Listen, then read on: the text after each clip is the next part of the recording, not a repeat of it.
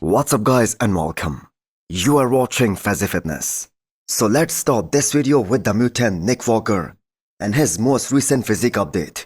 One of the most muscular men alive. So more than the update, what's important is the change in his mindset.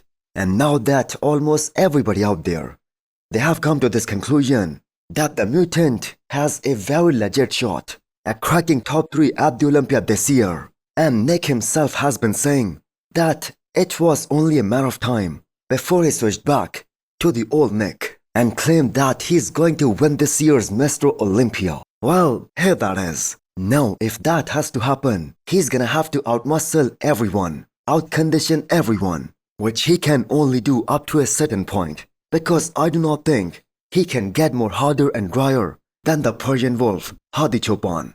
And yes, he can definitely come in better than Derek and Samson Dauda and Andrew Jack.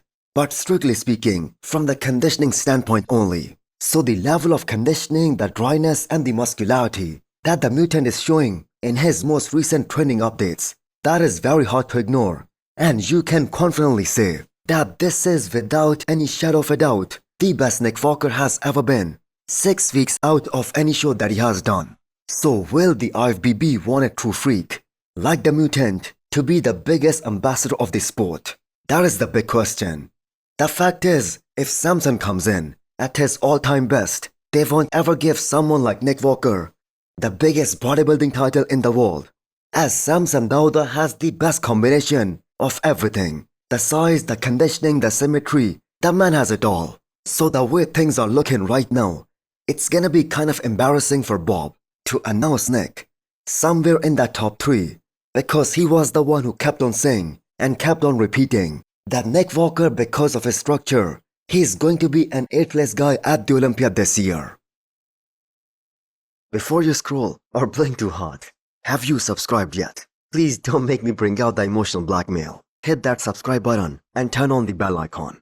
It's free, it's painless, and that makes me look way cooler than I actually am.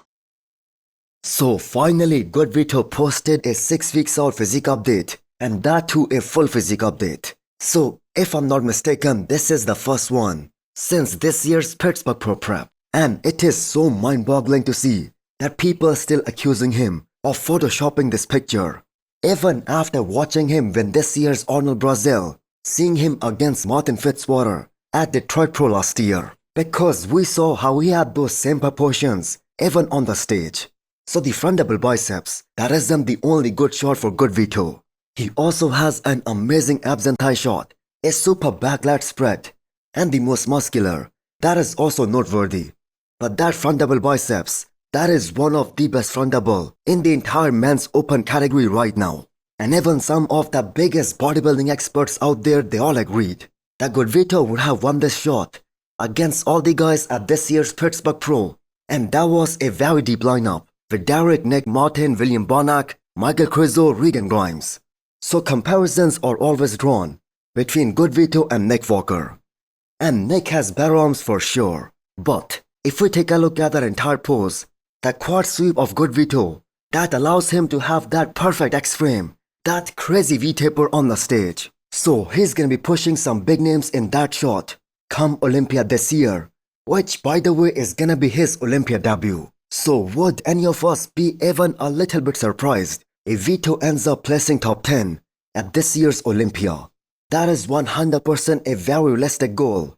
And also you have to keep in mind how close the battle was between him and Martin Fitzwater last year in Detroit. So at this point, it is all about Good Vito coming in a lot better than his Arnold Brazil look, and he's gonna shock quite a lot of people come Olympia this year.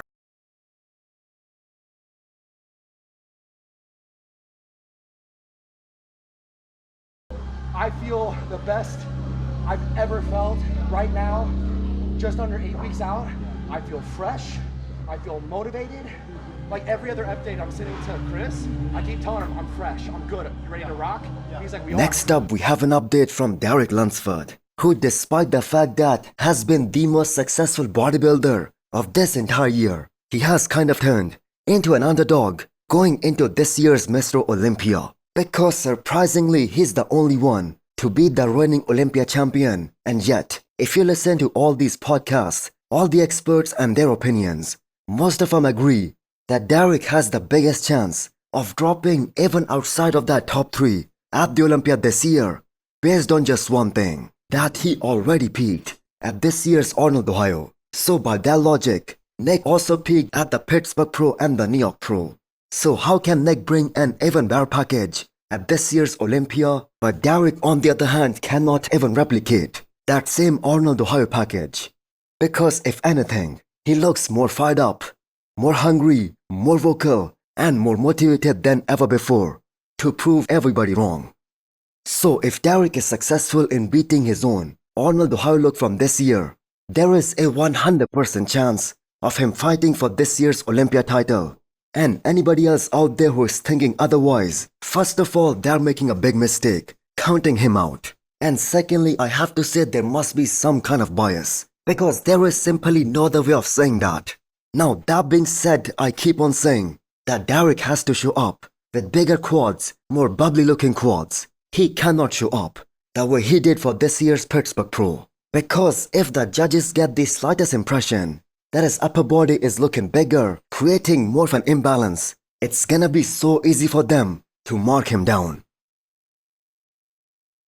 So there was a time when the king of Classic Physique, Chris Bumstead, said that Classic Physique is gonna be exploding with some immense talent. We're gonna see more and more genetic freaks coming out of the woodwork to simply shock the entire bodybuilding world. And thanks to Bodybuilders Without Borders IG page for featuring this guy, Trener, who's going to be doing this upcoming Germany Pro show, which is happening in about 2 weeks time. And I must say some of the craziest proportions that you guys are gonna see, especially on a new pro. And the man is looking ready to battle.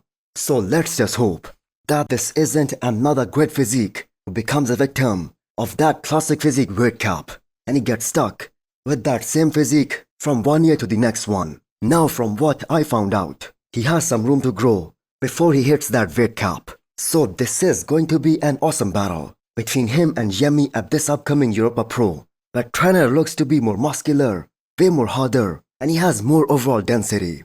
So the quads on this guy are looking absolutely nuts. So massive, such beautiful insertions. And the man has that amazing X-frame, humongous arms, small waistline. So this guy has got everything. Now as a Classic Physique Pro, those are some of the most ideal quad insertions that you can desire to have. So if he wins a pro show this year, he's gonna be such a great addition to this year's Classic Physique Olympia lineup.